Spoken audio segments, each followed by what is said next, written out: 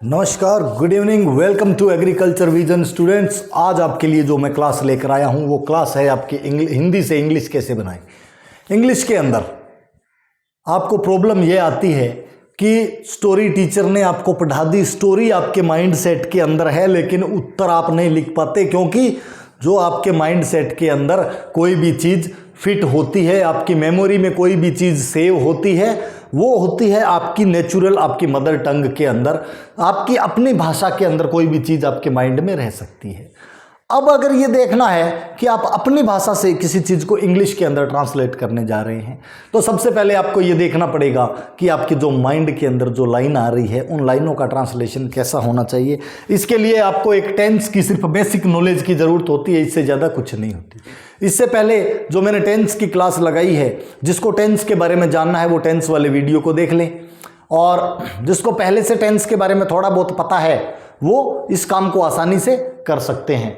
जैसे कोई भी क्वेश्चन है उसका आंसर आपने लिखना है। जैसे मान लीजिए क्लास 10th के स्टूडेंट हैं, आप क्लास 12th के स्टूडेंट हैं, आपको ये कहा जाए कि आपको ये इस तरीके से एक ये क्वेश्चन आ गया, इसका आपको आंसर देना है। अब आंसर आप कैसे देंगे? आंसर देने के लिए सबसे पहले जरूरी होता है क्वेश्चन को समझना। अब देखिए, क्वेश्चन को समझना है, कोई भी कैरेक्टर है उसके बारे में 2-4 मेन पॉइंट होते हैं। अगर कारण पूछा है तो हर चैप्टर के फिक्स 2-4 कारण होते हैं जो आपके माइंड सेट के अंदर रहते हैं कि इसका कारण ये था, इसका कारण ये था। वो कोई बड़ी बात नहीं है। सबसे बड़ी बात क्या है? बड़ी बात ये है कि वो जो कारण आपके दिमाग में सेट है उसको कागज पे कैसे लेके आए, क्योंकि सबसे बड़ी प्रॉब्लम वहां पर आपको शुरू होती है, वो है ट्रांसलेशन।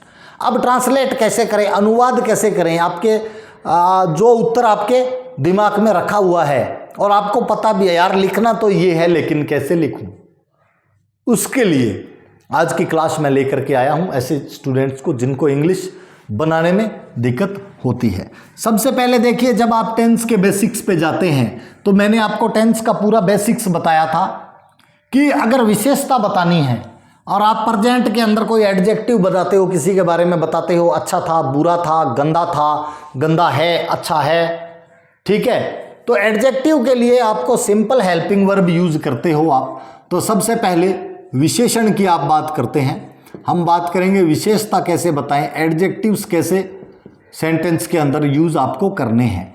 एडजेक्टिव्स के लिए मान लो किसी के बारे में अच्छा, बुरा, लंबा, महान, गरीब, अमीर, ये होते हैं कुछ विशेषण जो हमें लिखने होते हैं। कौन अच्छा है, बुरा है, लंबा, महान, गरीब, अमीर। अब प्रॉब्लम क्या है, था या होगा, इन्हीं चीजों के ऊपर आपका सारा का सारा ट्रांसलेशन चलता है।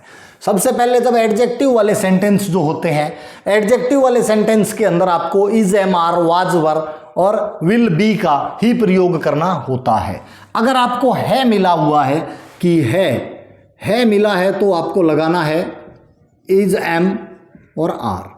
यानी आपको अगर प्रेजेंट टेंस के अंदर, वर्तमान काल के अंदर, यानी आपके दिमाग में ये फीड है कि वो आदमी अच्छा है, वो आदमी बुरा है, या वो है एक अध्यापक है, अगर विशेषता के साथ में है आपका आ रहा है तो helping verb is, am, are आप प्रयोग करेंगे। इसी के साथ में जो दूसरा मैटर है वो आपका आता है वाज वर का। वाज वर यानी था या थे, यानी विशेषता है कि कोई महान आदमी था, वो योद्धा था। इस तरह से आपको किसी के भी विशेषता बतानी है, लेकिन विशेषता का जो अंतिम शब्द आपके माइंड सेट में निकल रहा है वो था निकल रहा है। या आप किसी की बात कहते हो कि आगे चलकर ऐसा होगा, इसके अंदर आप विल बी का यूज करते हैं, इसके साथ में लगाते हैं वर्ब की फर्स्ट फॉर्म यानी गा। जैसे ये आगे चलकर बुरा बनेगा, अच्छा बनेगा, योद्धा बनेगा, क्या होगा, उसमें आप विल बी के साथ में ये गा लगा देते हैं, जिससे आपको ये जब आपके माइंड सेट का आखिरी शब्द गा निकलता है, इसका मतलब है आपने विल बी का प्रयोग करना है। अब देखिए इज एम आर है, वाज वर था, ठीक है जी, लेकिन कैसे? तो मैंने आपको बार बार बताया हुआ है कि जब भी सिंगुलर सब्जेक्ट हो तो आपको एस वाली हेल्पिंग वर्ब उठानी है, यानी आपका सब्जेक्ट अकेला है तब आप एस वाली उठाएंगे, और एक से अधिक चाहे 2 हो चाहे 5 हो, आप हमेशा आर ये वाली हेल्पिंग वर्ब उठाएंगे। गा के अंदर आपकी एक ही हेल्पिंग वर्ब है, इसलिए आपको फ्यूचर की टेंस की जब बात करते हैं आप विल का प्रयोग करते हैं, वहां आपको सिंगुलर प्लूरल के बारे में ज़्यादा नहीं सोचना पड़ता है। अब इसी के अंदर सेंटेंस कैसे बनाएं? सेंटेंस इस तरह से बन सकते हैं, राम एक अच्छा आदमी था। अब जैसे इस सेंटेंस को आप देखोगे आपके माइंड में क्या आएगा? था यानी और अच्छा लगा हुआ है, यानी विशेषता बताइए, और था में बताई है, मतलब कि वाजवर लगेगा। अब राम एक, यहां तो साफ साफ लिख रखा है एक, ये एक जब लिखा हुआ हो ना तो इसके लिए आर्टिकल प्रयोग करते हैं। आर्टिकल्स के प्रयोग के लिए एक वीडियो अलग से बनाया हुआ है विद साउंड्स, जिसको आर्टिकल की नॉलेज लेनी हो वो उस वीडियो पे जा करके और देख सकता है। अब हमने कहा राम एक अच्छा आदमी था, राम एक अच्छा आदमी था के साथ में विशेषता बतानी है, और राम यहाँ पे लिखेंगे, एक वचन है, सिंगुलर है तो वाज लगाएंगे, एक आ गया ए, अच्छा होगा गुड, और आदमी होगा मैन। आपको जैसे बार बार मैंने बताया है कि सेंटेंस को किस तरह से आपने हैंडल करना है। सेंटेंस को हैंडल करने का एक प्रोसीजर होता है, हर सेंटेंस को उसी प्रोसीजर से हैंडल किया जाता है। इसका स्ट्रक्चर आपको मैं कई बार बता चुका हूं, SVO।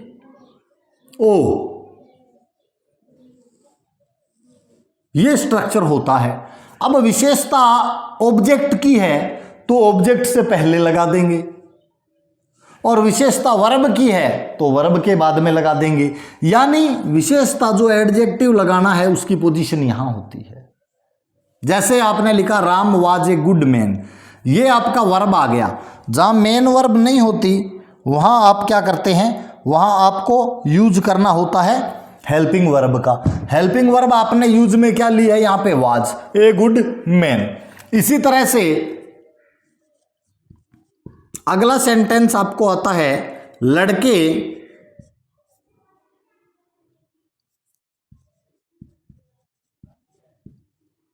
बहुत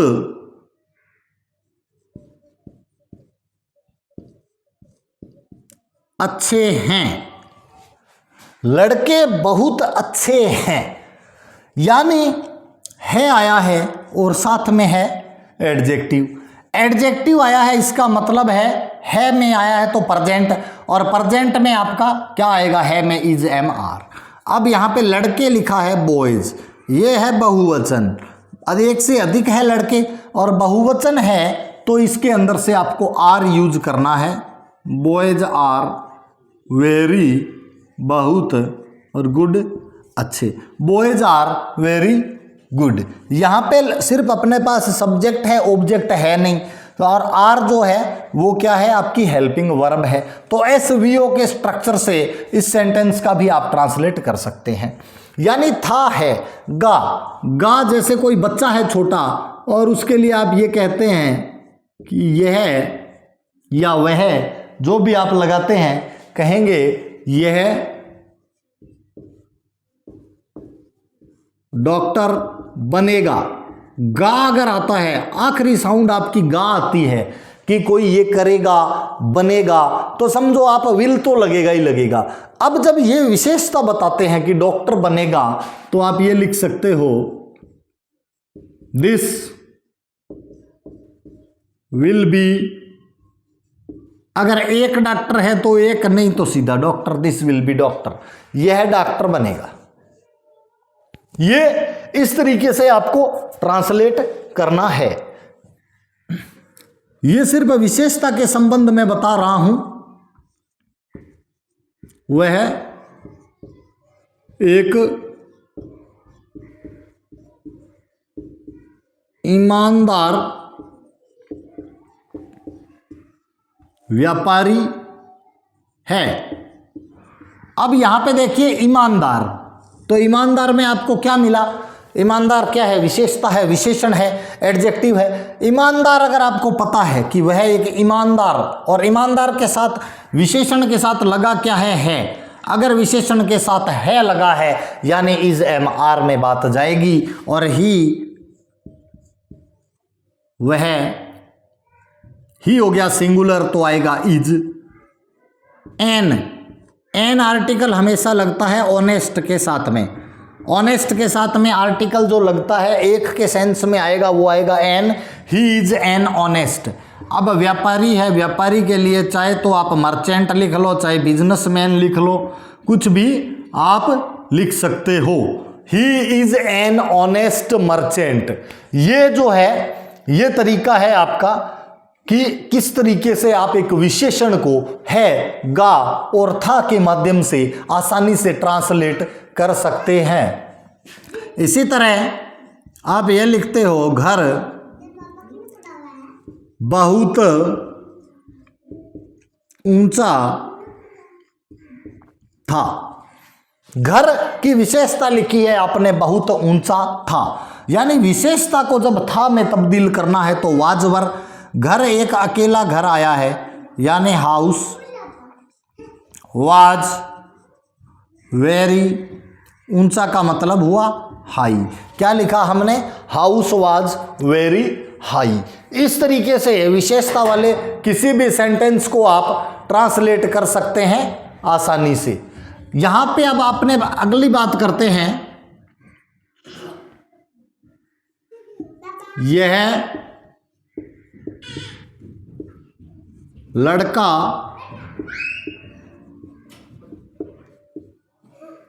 अध्यापक बनेगा, यानी गा है और टीचर है यानी विशेषण आ गया। आप लिखोगे यह लड़का अध्यापक, लड़के की विशेषता क्या है? अध्यापक बनेगा। इसके बारे में ये स्टेट ऑफ एग्जिस्टेंस होता है कि आगे चलकर कोई आदमी क्या बनेगा, इसको आप स्टेट ऑफ एग्जिस्टेंस भी कह सकते हैं। तो इसमें अब ये लिखोगे आप, this boy will be a teacher. यह लड़का आगे चलकर अध्यापक बनेगा। This boy will be a teacher. इस तरीके से इस लाइन को आप ट्रांसलेट आसानी से कर सकते हैं। इसी तरह छोटी छोटी लाइनों को जब आप ट्रांसलेट करते रहेंगे, इसके बाद में आप देखेंगे कि आप किसी भी आंसर को भी आसानी से ट्रांसलेट कर सकते हैं। लेकिन कैसे? उससे पहले हम एक थोड़ा सा ट्रांसलेशन और देखते हैं। ये तो था एडजेक्टिव का, कि वर्ब का ट्रांसलेशन हो, जब कोई क्रिया हो रही हो और उसको आपने ट्रांसलेट करना है तो उसको कैसे ट्रांसलेट किया जा सकता है। वर्ब को ट्रांसलेट करने का जो मेथड है वो अभी यही आपको मैं करवाता हूं।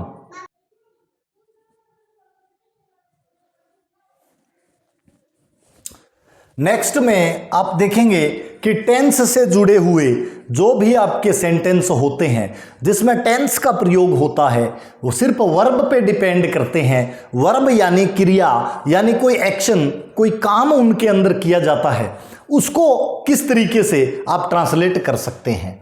देखिए फिर से उसी टेंस में हमें चलना पड़ता है। तो मैंने आपको एक चीज बताई थी कि ता का मतलब होता है सिंपल, यानी टेंस जो जहां पे आपके ता का साउंड आ गया वो क्या है? ता का साउंड आते ही इसका मतलब है सिंपल तो है। अब तीन ही चीजें हैं जो आपके टेंस को आइडेंटिफाई करती है। वो तीन चीजें कौन सी है? देखिए, अगर है शब्द आ गया तो इसका मतलब है टेंस आपका कौन सा हो गया? प्रेजेंट। था आ गया तो टेंस आपका कौन सा हो गया? पास्ट। और गा आ गया तो टेंस आपका कौन सा हो गया? फ्यूचर। ये तीन चीजें हैं, प्रेजेंट, पास्ट और फ्यूचर। यानी प्रेजेंट टेंस में है आया और ता लगा हुआ है, तो मैंने आपको फिर से बताया कि इन सब टेंसेस के चार पार्ट होते हैं। 4 पार्ट कौन कौन से होते हैं, और इनके साथ में उन 4 पार्ट का जब आप कॉम्बिनेशन बना लोगे इन तीनों के साथ, वहाँ आपका टेंस जो है वो सारा का सारा क्लियर हो जाता है। अब इनके साथ में 4 टेंस वो कौन से हैं जिनकी मैं बात करने वाला हूँ कि वो टेंस कौन से हो सकते हैं। देखिए, इनके साथ में एक तो आपका होता है इनडेफिनेट, जिसकी मैं पहले भी आपसे बात कर चुका हूँ कि इनडेफिनेट वो होता है जहां आपको ता लगता है, उसके अंदर आपको कोई भी टाइम का ज्ञान नहीं होता है कि काम कब शुरू होता है, काम आपका कब खत्म होता है।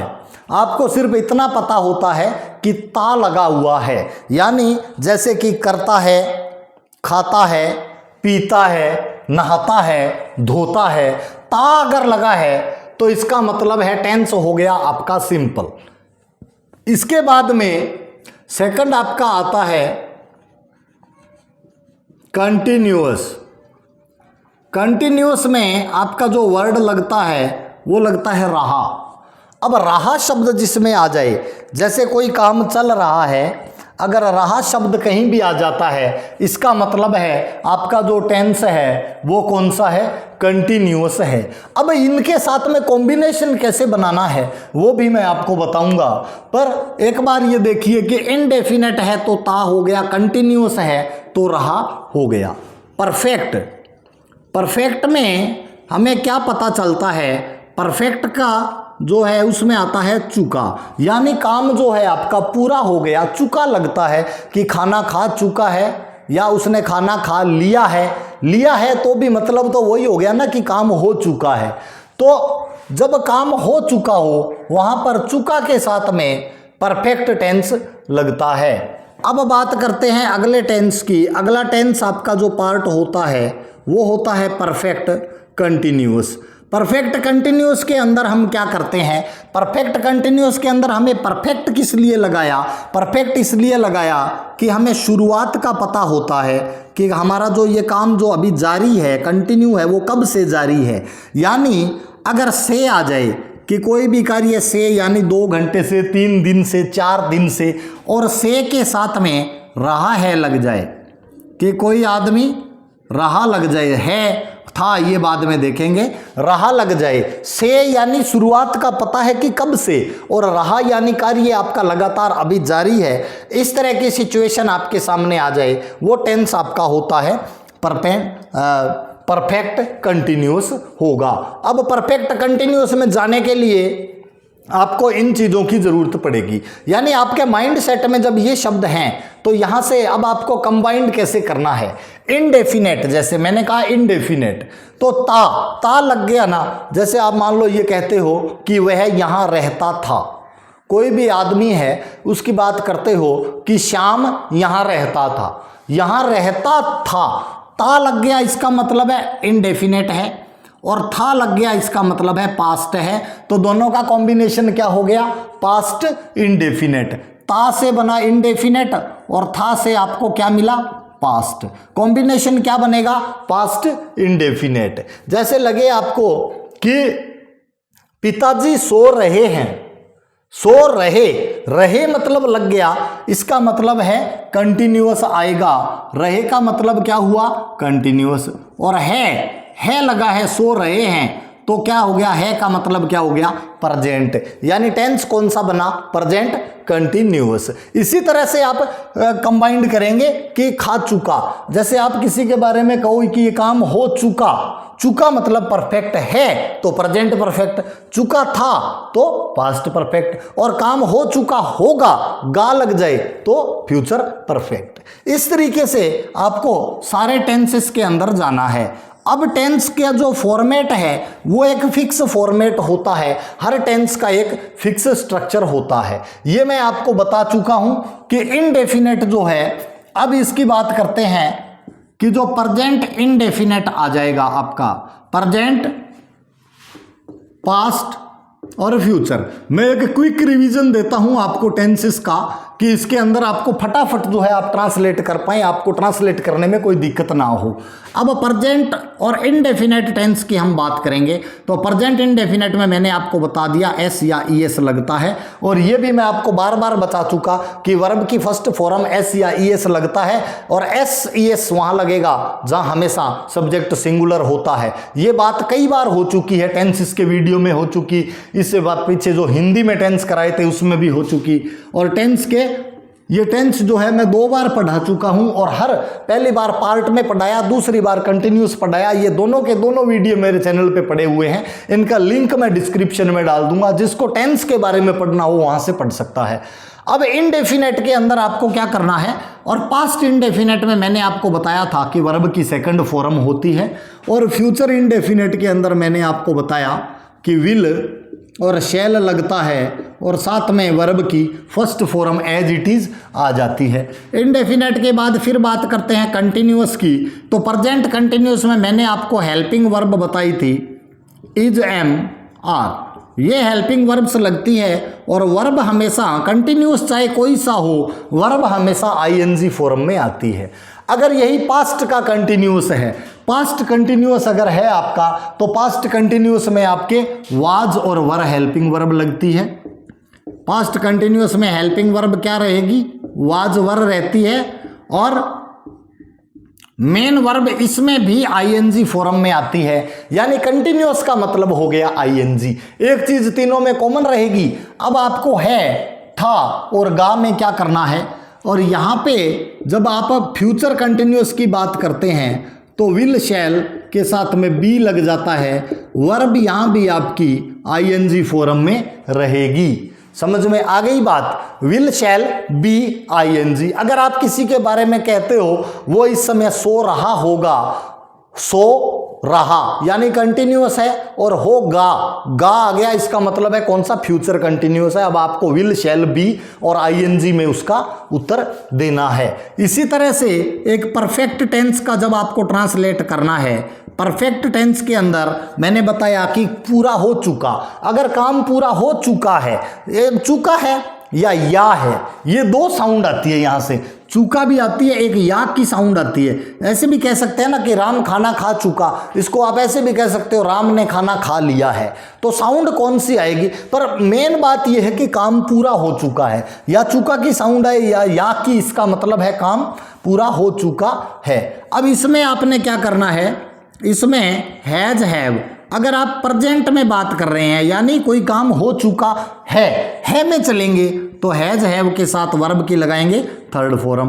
हो चुका था, ये कहते हैं कि काम हो चुका था, तो हैड लगेगा, और हैड के साथ आप लगाएंगे वर्ब की थर्ड फॉर्म। यानी यहाँ पे कॉमन क्या है, वर्ब की फॉर्म सभी परफेक्ट में तीसरी रहती है। यानी काम पूरा हो जाए उसको आप वर्ब की लास्ट तीसरी फॉर्म के अंदर लेकर के आते हैं। यहाँ पर आपके क्या लगेगा, विल, शैल, हैव, इसमें हैज कभी नहीं आता, हैव आता है। वर्ब की फॉर्म यहाँ भी थर्ड रहेगी। आप अगर किसी के बारे में आइडिया लगा लेते हो कि वह अब तक नहा लिया होगा, नहा लिया होगा यानी काम तो पूरा हो गया, लेकिन आइडिया लगा रहे हो होगा, तो विल शैल हैव के साथ में वर्ब की थर्ड फॉर्म आती है। अब बात करेंगे परफेक्ट कंटिन्यूअस की। परफेक्ट कंटिन्यूअस में जैसे आपको मैंने बताया कि से लगता है, से और रहा, ये दोनों चीज़ एक साथ आती है परफेक्ट कंटिन्यूअस में। अब कोई काम की शुरुआत पता है आपको, इसमें जैसे आपको ये है कि 2 घंटे से, ऐसी कोई भी सिचुएशन आपके माइंड में आती है कि वह 3 दिन से भूखा था, 3 दिन से भूखा है, 3 दिन से भूखा होगा, ऐसी सिचुएशन में आपको हैज हैव के साथ में लगेगा बीन, और फॉर्म यहाँ पे कौन सी लगनी है, आईएनजी। यानी बीन के साथ आईएनजी फॉर्म यहाँ पे प्रयोग होती है। इसी तरह जब पास्ट की आप बात करते हैं कि पास्ट में क्या होगा, तो पास्ट के अंदर जो परफेक्ट वाली ही लगेगी। यानी परफेक्ट और कंटिन्यूअस दोनों को बीन से मिलाना है, तो यहाँ पर आपको क्या करना है, विल, शैल और हैव, ये तो है आपके पास पहले से। इसके साथ में आपने क्या करना है, बीन लगाना है, और वर्ब के साथ आईएनजी जोड़ देना है। ये आपका रहेगा फ्यूचर कंटिन्यूअस। अब किस तरह से हम सेंटेंस को, यानी जो सेंटेंस हमारे माइंड सेट के अंदर बैठा हुआ है, उस सेंटेंस को देख करके किस तरह से ये आइडिया लगा सकते हैं कि कैसे इसको हम ट्रांसलेट करें, भाई कौन से टेंस में जा रहा है, वो सारा इस पे डिपेंड करेगा। एक बार फिर से रिपीट कर दूं, एस चाहे हेल्पिंग वर्ब में लगे चाहे मेन वर्ब में, सब्जेक्ट सिंगुलर के साथ ही एस वाली हेल्पिंग वर्ब लगती है। सब्जेक्ट जब सिंगुलर हो तब एस वाली हेल्पिंग वर्ब लगती है। सब्जेक्ट अगर प्लूरल हो तो कभी भी एस वाली हेल्पिंग वर्ब नहीं लगती है। विल शैल के साथ हमेशा हैव ही आएगा, हैज कभी नहीं आएगा। विल शैल के साथ जब भी आईएनजी आएगा बी के साथ आएगा, बी के बिना नहीं आएगा। और विल शैल के बाद अगर सीधी वर्ब आती है तो वर्ब हमेशा फर्स्ट फॉर्म में लगेगी, इसके साथ में एडिशनल कुछ भी नहीं लगेगा, चाहे आपका लगाने को जी करे या ना करे, लगाना नहीं है। ये आपका पूरा जो है एक टेंस का फॉर्मेट है कि किस तरह से आप टेंस को, एक बार मैंने आपको फटाफट रिमाइंड करवाया है टेंस, कि जल्दी जल्दी इस तरीके से आप टेंस को फटाफट अपने माइंड में ला सकते हैं कि भाई हमें कौन सा टेंस यूज करना है। अगर इस वीडियो को आप पूरा देखते हो तो ये मेरी गारंटी है कि इस क्लास के बाद आपको कभी भी दिक्कत नहीं आने वाली है। कम से कम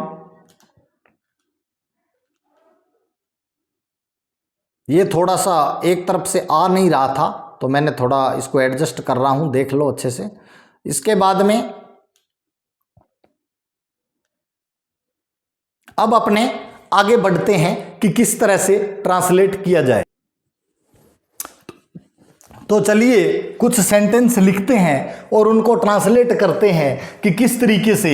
अगर इस वीडियो को आप पूरा देखते हो, एक एक ट्रांसलेशन को ध्यान से देखते हो, तो ये मेरी गारंटी है कि आप अपने उत्तर अपनी भाषा में लिखेंगे, इंग्लिश के अंदर लिखेंगे और एकदम चकाचक लिखेंगे, कहीं आपको कोई दिक्कत नहीं आएगी। अब देखिए, जैसे यहां आप ये लिखते हो,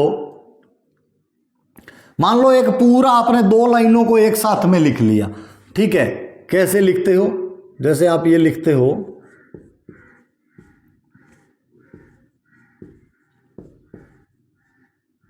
वही जहाज पूरी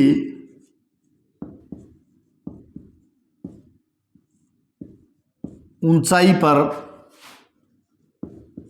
था, ठीक है। अब ये लिखना है तो सबसे पहले, जैसे मैंने आपको फिर से एक बार स्ट्रक्चर में यहां पे नोट करवाता हूं, SVO, सब्जेक्ट वर्ब और ऑब्जेक्ट आपने डालना है। सब्जेक्ट क्या आएगा? सब्जेक्ट आपका है वाही जहाज, तो आप लिखेंगे एरोप्लेन। अब यहाँ पे देखिए कोई वर्ब नहीं है, एडजेक्टिव है, ऊंचाई पर था। ऊंचाई पर था तो आप लिखेंगे क्या? एरोप्लेन सिंगुलर है, था लगा है तो वाज लगाएंगे, एडजेक्टिव के लिए वाज ही लगाना है। एरोप्लेन वाज एट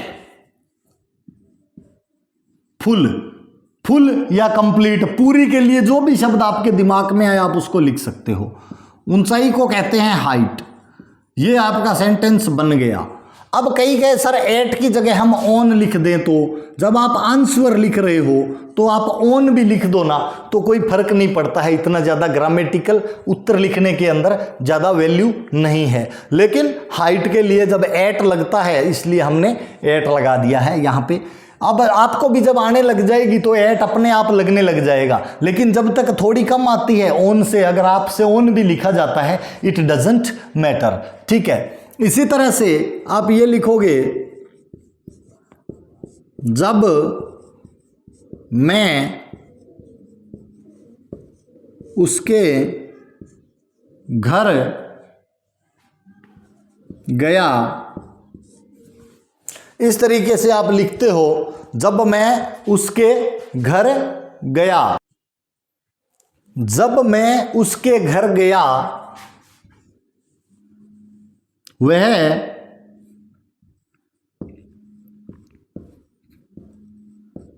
नहा रहा था। अब इसमें कि सर यहां पे आ की आवाज आ रही है, लेकिन जब मैं उसके घर गया, वह नहा रहा था। यहां से आपको क्या पता लगाना है कि इस था से एक तो पता तो चल गया आपको कि ये भाई जो बोल रहा है पास्ट टेंस में बोल रहा है। तो जब मैं उसके घर गया, जब इसको सीधा शब्द होना सिंपल, जिसमें रहा है, रहेगा, ऐसा कुछ नहीं लगेगा लगा हो, उसको हमेशा सिंपल में ही लिया जाता है। इसको आप पास्ट सिंपल में लेंगे जब के लिए लिखेंगे व्हेन आई, मैं उसके घर गया, पास्ट सिंपल में लिखना है, आप लिखेंगे when I went to his home, comma, पहला सेंटेंस पूरा हो गया। गो, कम, ये जो भी है ना, आना जाना, इनके साथ हमेशा टू का प्रयोग होता है डायरेक्शन बताने के लिए कि वेंट टू हिज होम यानी उसके घर की तरफ गया, कमिंग फ्रॉम हिज होम यानी उसके घर से आ रहा था। यहां पे टू और फ्रॉम का प्रयोग होता है। When I went to his home, ये आप जब लिखते हो when I went to his home, वह नहा रहा था का मतलब है कि यहां पे रहा है तो कंटिन्यूअस, था है तो पास्ट कंटिन्यूअस, तो आप लगाएंगे ही वाज, नहाना, बाथ, तो क्या लिखेंगे बाथिंग। और ये वो शब्द हैं नहाना, धोना, नाचना, गाना, ये आप रेगुलर यूज करते रहते हैं। स्नान घर कोई नहीं बोलता, सबके सब बेटा बाथरूम ही बोलते हैं। इस तरीके से आप किसी भी सेंटेंस को ट्रांसलेट कर सकते हैं। या आपका ये सेंटेंस है, वह रोज चाय पीता है। यह सेंटेंस आपने लिख दिया, वह रोज चाय पीता है।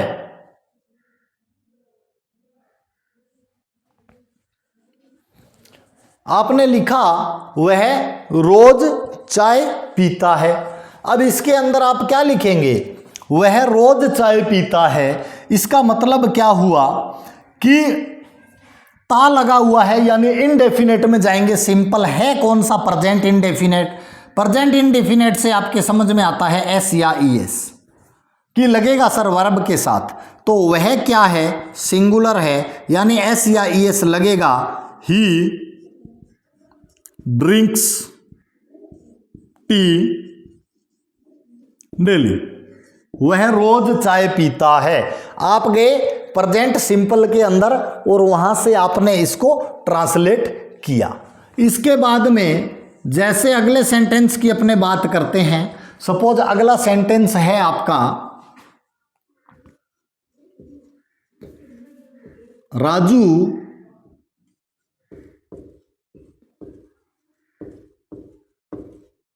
दो घंटे से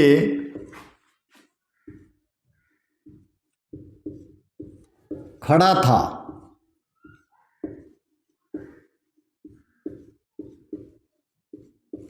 थक गया, थक गया यानी वह थक गया, जो भी है। राजू 2 घंटे से, जब ये है ना, ये चीज है 2 घंटे से खड़ा था, इसका मतलब क्या है कि शुरुआत का हमें पता था कि 2 घंटे से और खड़ा था। अब शुरुआत आपको जब पता है तो आप ये लिखेंगे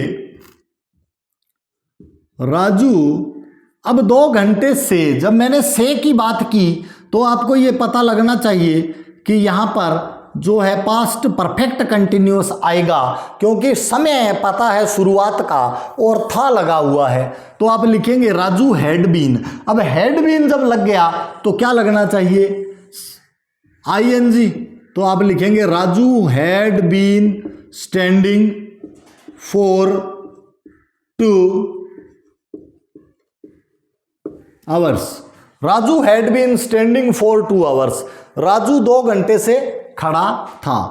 ही गॉट, गया लिखा है ना, लिखेंगे ही गॉट टायर्ड, वह थक गया।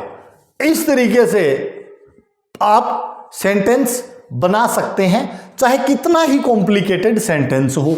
अब ये सर ये तो सेंटेंस थोड़े से कॉम्प्लिकेटेड है, इतने तो समझ में नहीं आ रहे। बिल्कुल एकदम नहीं आएगा, लेकिन जैसे जैसे आप प्रैक्टिस करोगे वैसे वैसे आपका सिस्टम जो है वो मजबूत होता जाएगा। सिस्टम कौन सा, आपका मेंटल सिस्टम, आपकी मेंटल टफनेस बढ़ती जाएगी कि इस तरीके से। और प्रैक्टिस को करते करते आप सिंपल सेंटेंस से जब शुरू करते हैं, जैसे सिंपल सेंटेंस क्या है, गाय, ये इनमें आप देखोगे कि आप फटाफट बना पाओगे।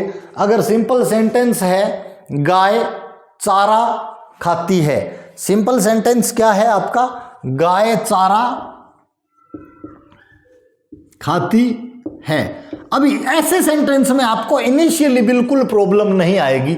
जब आपको पता चलेगा यहां ती के साथ है आया है तो प्रेजेंट सिंपल लगेगा, यानी वर्ब की फर्स्ट फॉर्म के साथ एस या ईएस लगाना है। तो यहां पर आप क्या करोगे, गाय, गाय क्या है, काऊ, काऊ ईट, अकेली है तो एस लग जाएगा सर, काऊ ईट्स, चारा, चारे को आप चाहे तो कह लो गाय के लिए तो वो फूड ही है, चाहे फूड कह लो, चाहे ग्रास कह लो, चाहे फोडर कह लो, ये आपकी मेंटेलिटी पे डिपेंड करता है आप कौन सा, आप उस समय क्या सोच रहे हो। आप अगर ये सोच रहे हो गाय घास खाती है तो आप ग्रास लिखोगे, आप ये सोचते हो गाय भोजन करती है, खाना खाती है, तो आप फूड लिखोगे। आप क्या अगर दिमाग में है कि चारा कहना है मुझे तो आप फोडर लिखोगे। ये आपकी मेंटेलिटी पे डिपेंड करता है तीनों ही सही, गलत इनमें से कोई भी नहीं है। तीसरा आपके लिए ये आ जाए कि वह तेज दौड़ रहा था, यानी आपके आसपास जो घटनाक्रम होते हैं उनको ट्रांसलेट करना आपके लिए इजी है। वह तेज दौड़ रहा था, वह तेज दौड़ रहा था, इसका मतलब क्या हुआ, वह तेज दौड़ रहा था। अब रहा लगा है, इसका मतलब टेंस तो भाई साहब कंटिन्यूअस आएगा, रहा का मतलब है कंटिन्यूअस, था लगा है मतलब कौन सा कंटिन्यूअस है, पास्ट कंटिन्यूअस। पास्ट कंटिन्यूअस में जब आप जाओगे और क्लिक करोगे कि पास्ट कंटिन्यूअस में यार क्या बताया था, तो वाज वर प्लस आईएनजी, ये 5-7 सेंटेंस करने के बाद आपके माइंड में क्लिक करने लग जाएगा कि वाज वर के साथ में आईएनजी हमें बताया था और ये वाज वर के साथ में ही आईएनजी हमें लगाना है। अब इसके अंदर क्या करेंगे कि वह के लिए ही लगाएंगे, रहा था तो ही लग जाएगा, अगर रही थी हो तो शी लग जाएगा। बाकी सेम रहता है इंग्लिश के अंदर, फर्क नहीं पड़ता चाहे शी हो या ही हो। वाज, दौड़ रही या दौड़ रहा, रनिंग लगेगा, रनिंग। तेज, तेज क्या है, एडजेक्टिव है, एडजेक्टिव यहां लग जाएगा, he was running fast. Verb के बाद में वर्ब का एडजेक्टिव लगता है सब्जेक्ट से पहले, ऑब्जेक्ट से पहले ऑब्जेक्ट का जो आपका इंटेरोगेटिव है वो लग जाता है। ठीक है, तो ये रहेगा ही वॉज रनिंग फास्ट। अब ये लिख लो, दूसरा ये कह लो वह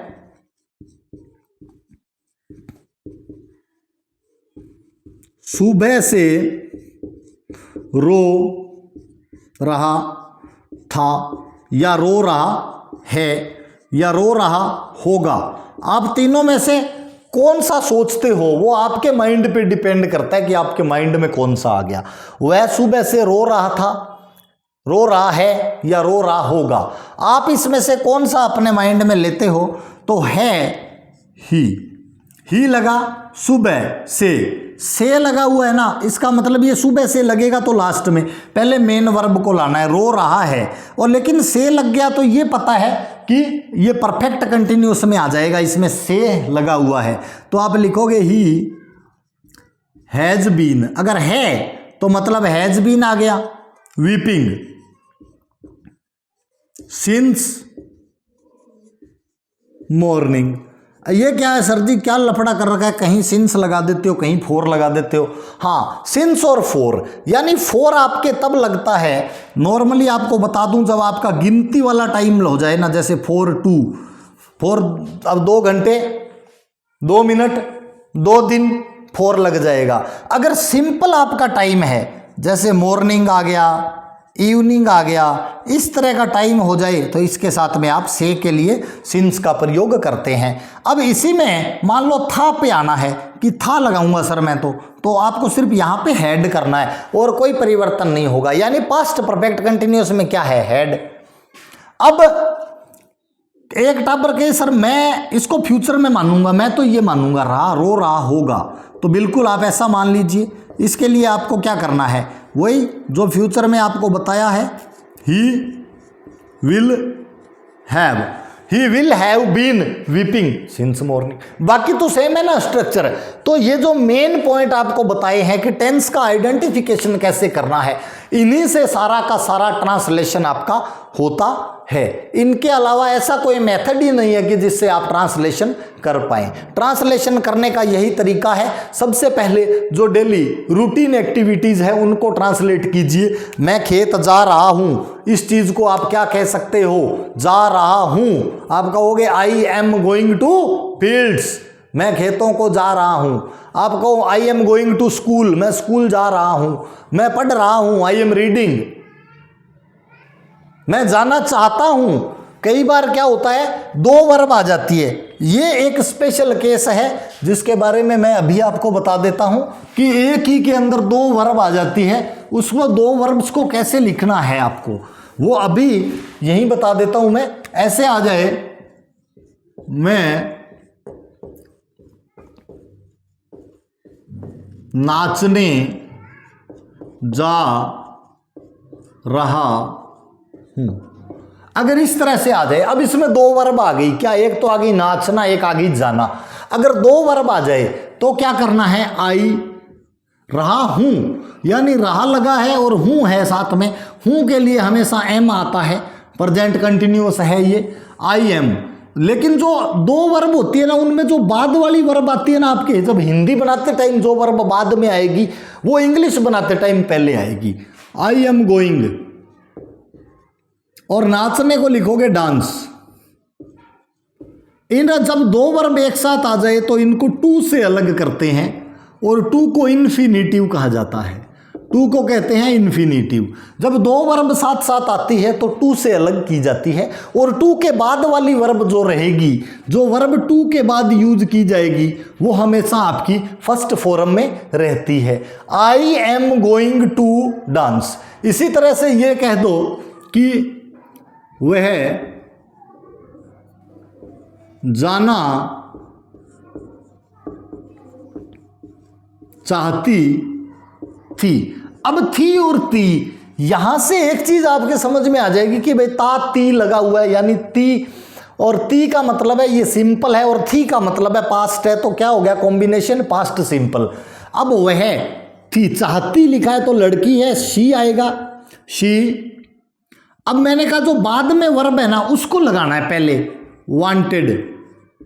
सेकंड फॉर्म आएगी पास्ट सिंपल में, शी वांटेड। आगे आप लिखोगे गो, अलग किससे करोगे, टू से, शी वांटेड टू गो। इस तरीके से आप किसी भी सेंटेंस को फटाफट ट्रांसलेट कर सकते हैं। आप प्रैक्टिस कीजिए, और कोई सेंटेंस अगर ट्रांसलेट नहीं होता, इनके बाहर आपको लग रहा है कि ये जो सर ने बताया था उसके बाहर है, मैं सर की हिंदी करके छोड़ूंगा, कमेंट कीजिए, मेरे को मेंशन कीजिए कि सर ये जो आपने बताया था उससे अलग है। मैं दूंगा आपको सॉल्यूशन, मैं हूं आपके लिए। जब आपका जी चाहे तब आप कमेंट कीजिए, और ज़्यादा लेट नहीं होगा, विद इन 24 आवर आपको आंसर मिलेगा आपके कमेंट का। और आपको आपके लिए उसके ऊपर अगर मुझे लगा कि हाँ ये प्रॉब्लम इसको आई है तो और टाबरों को भी आ सकती है, आपको मेंशन करके मैं वीडियो बनाऊंगा कि भाई इस टाबर की ये प्रॉब्लम है, इसको आप इस तरीके से सोल्व कर सकते हैं। इसके लिए अभी आपको ये सारा का सारा जो है ट्रांसलेशन की क्लास हमारी, इसी के साथ में आज ये ट्रांसलेशन हमारा खत्म होता है। अब इसके अंदर उत्तर कैसे बनाने हैं, इसके लिए आएगा इसी का पार्ट 2। उसके लिए अपडेट रहिए, सब्सक्राइब कर लीजिए और बेल आइकन भी दबा दीजिए। जिस दिन वो क्लास आए आपको नोटिफिकेशन मिले और आप उस क्लास का हिस्सा बने। मेरा ये सौभाग्य रहेगा कि मैं जितने भी ज़्यादा बच्चों को ये सिखा सकूं, और स्पेशली जो मेरी क्लास ऑर्गेनाइज्ड होती है वो मैं ग्रामीण छात्रों को टारगेट करना चाहता हूं जिनकी इंग्लिश काफ़ी कमज़ोर है। तो जितने भी छात्र जो गांव से बिलोंग करते हैं, जो गांव के एजुकेशनल स्ट्रक्चर में पढ़े हैं, जहां इंग्लिश आज भी टाबरों को 6ठी 7वीं के बाद में प्रेशराइज किया जाता है कि अब इसको फटाफट सीखो। उस बैकग्राउंड के टावरों के लिए ये मेरी क्लासेस शेड्यूल्ड होती हैं। उन्हें टावरों के माइंडसेट के हिसाब से मैं पढ़ाता हूं कि उनको कितनी इंग्लिश आती है। ज़्यादा हाईटेक लेवल की बातें मैं करता नहीं हूं। Thank you, have a nice day. लगे रहो, आगे बढ़ते रहो और भगवान आपकी लंबी उम्र करे। आप इसी तरह से अच्छे से पढ़ते रहो। धन्यवाद।